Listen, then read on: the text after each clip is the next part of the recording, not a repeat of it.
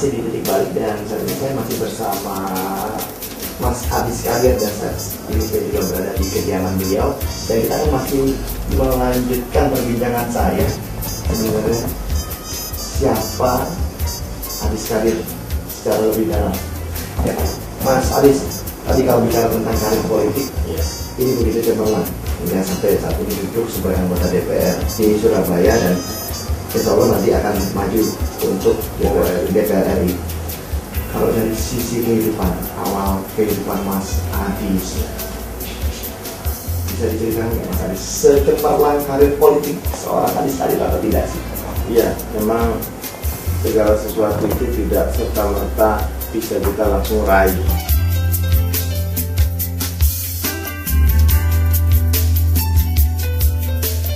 Semua harus dalam proses, Mas. Jadi dalam proses kita mulai dari bawah untuk sampai ke atas. Tidak ada segala sesuatu itu tiba-tiba ujuk-ujuk muncul. Jadi memang saya dengan ayah pegawai negeri memang saya dididik cukup keras karena kami itu selalu berpindah-pindah, paling lama di satu tempat itu 4 tahun, 2 tahun kadang sudah pindah, 3 tahun sudah pindah. Jadi selalu berpindah-pindah. Jadi kami harus disiplinnya. Sewaktu-waktu harus siap pindah. Disiplinnya cukup tinggi, itu yang diajarkan orang tua kami. Kemudian terus sampai dengan masuk kuliah, dan kuliah juga saya tepat 5 tahun selesai.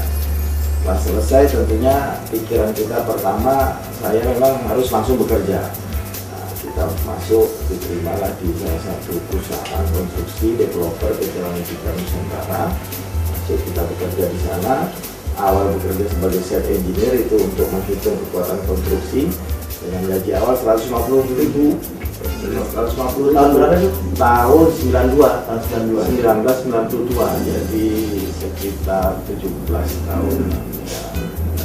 20 tahun itu jadi 150.000. Nah, setelah itu dengan gaji itu saya telatenin kerja masih terus jalan. Kemudian 3 tahun 2094 naik jadi site manager, dipasrai beberapa proyek termasuk proyek Kapal Sulilanang terminal itu, kemudian monumen Jembatan Merah kita kerjakan. Monumen Jembatan Merah itu cukup spektakuler, kita selesaikan dalam waktu 10 hari. Jadi dengan tim itu ya kita selesai 10 hari. Itu kita jalan terus sampai akhirnya tahun 96 saya ditawari jadi project manager di PT Surya Edi Permata dengan menangani beberapa proyek. Yang paling saya tidak lupa itu saya diminta untuk memegang satu proyek cukup prestisius bagi saya pribadi, hanggar pesawat terbang di Batam. Walaupun proyek ini tidak selesai karena krisis motor. Jadi setelah pulang tahun 98 saya sampai Surabaya coba usaha sendiri. Tapi sebelum itu Mas, memang orang melihat saya ini kan sekarang berhasilnya saja.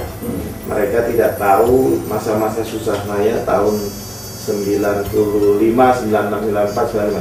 94 dengan gaji 750.000 saya putuskan untuk menikah. Ternyata dengan gaji segitu tahun 2004 itu agak berat untuk menghidupi satu anak itu, karena waktu itu kalau anak itu bukan memikirkan kita dan istri, tapi susu dan kebutuhan anak, belum lagi anak sakit kan.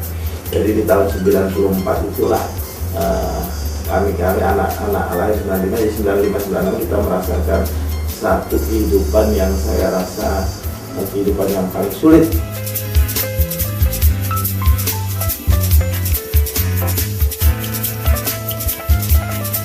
Dari sisi keuangan kita susah, kita mau minta terus kepada orang tua, kami berdua malu, jadi kita jalanin saja.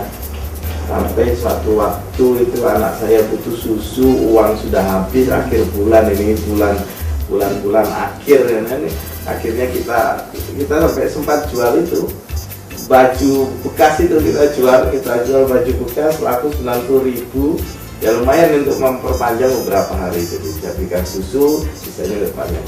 Jadi itulah kehidupan susah yang kita lalui. Malah kadang-kadang kalau bulan tua, tanggal tua, kalau kita setiap minggu ngajak anak itu kita berhitung betul karena kalau ke Plaza Mall itu mesti makan, kalau perlu kita lihat saja mereka makan, kita ya nonton saja itu seperti bilang makan gitu. Ketika dalam masa titik tersulit kehidupannya seorang Adis Kadir, ketika itu terpikir akan menjadi motivasi untuk bangkit, Mas Adis. Iya. Yang tentunya jadi motivasi pertama keluarga, Mas. Saya melihat anak istri saya.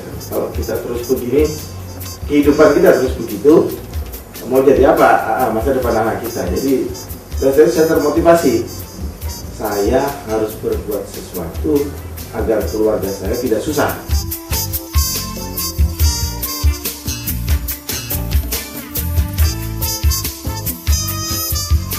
Nah, inilah cambuk motivasi saya untuk bisa berjuang lebih keras lagi agar supaya saya bisa membuat senang keluarga. Jadi ini salah satu motivasi saya itu. Jadi saya bekerja keras, tentunya konsentrasi dalam kerjaan, dan alhamdulillah dengan konsentrasi itu ada hikmahnya. Tahun 96 saya ditawari suatu perusahaan itu sudah itu kemana untuk jadi track manager. Waktu itu gaji saya langsung ditawarin sekitar 3 juta dan pegang proyek cukup prestisius di Batam bersama dengan Singapura Aerospace. Nah, sampai di sana pun karena gonjang-ganjing waktu itu nilai tukar, akhirnya gaji saya dijadikan Singapura dolar. Nah, itu kan alhamdulillah, jadi berkat kerja keras kita, kemauan kita, konsentrasi kita terhadap satu pekerjaan itu akan membuahkan hasil yang lebih baik. Ya Mas, kita masih punya satu segmen lagi untuk berbincang lebih jauh. Ya pemirsa, tetap di Titik Balik karena perbincangan saya akan